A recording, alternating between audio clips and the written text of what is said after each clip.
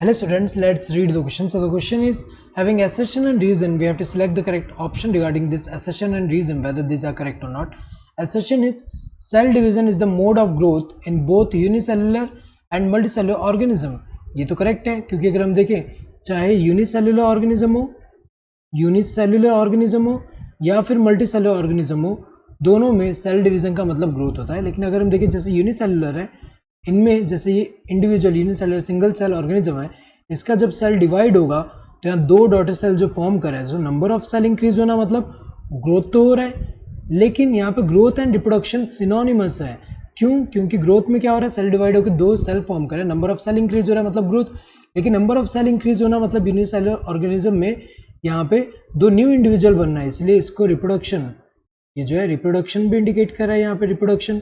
सो अगर हम देखें तो यहाँ पे तो ग्रोथ है कि नंबर ऑफ सेल जो इंक्रीज हो रहा है, सेल डिवीजन, सेल डिवाइड होना मतलब ग्रोथ होना है. ऐसे मल्टी सेलुलर ऑर्गेनिज्म की बात करें, मल्टी सेल्यूलर ऑर्गेनिज्म की अगर हम बात करें, इसमें भी सेम है कि इसमें सेल एक सेल डिवाइड होकर दो सेल बन रहा है यहाँ पे, देन ये सेल. सो सेल डिवीजन मतलब क्या हो रहा है, नंबर ऑफ सेल इंक्रीज हो रहा है.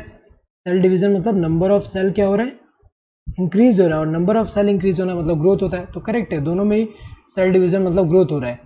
Growth is open ended in plants, ये भी करेक्ट है, क्योंकि प्लांट्स की अगर हम बात करें तो इनमें ग्रोथ जो होता है कौन सा होता है, ओपन फॉर्म ऑफ ग्रोथ होता है. ओपन फॉर्म ऑफ ग्रोथ मतलब ऐसा टाइप ऑफ ग्रोथ जिसमें क्या होता है कि न्यू सेल हमेशा, सो इसको हम क्या बोलेंगे, new cells always, new cells are always being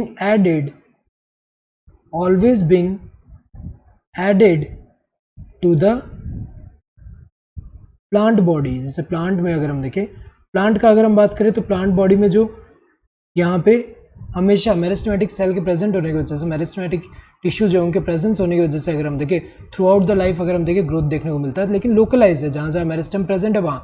so number of cell अगर हम देखें, न्यू सेल जो ऐड होते रह रहे हैं, ऑलवेज बिंग ऐड हो रहे हैं, इसलिए इसको हम ओपन फॉर्म ऑफ ग्रोथ बोलते हैं. तो ये करेक्ट है, दोनों स्टेटमेंट करेक्ट है, but reason is not a correct expression of the assertion कि ओपन एंड ग्रोथ होता है प्लांट में, इसीलिए हम यूनिसेलुलर मल्टीसेलुलर ऑर्गेनिज्म जो है उनमें सेल डिवीजन को ग्रोथ बोल रहे हैं. तो ये वाला तो गलत है कि ये जो है स्टेटमेंट दोनों ट्रू है, लेकिन रीजन करेक्ट एक्सप्रेशन नहीं है असर्शन का.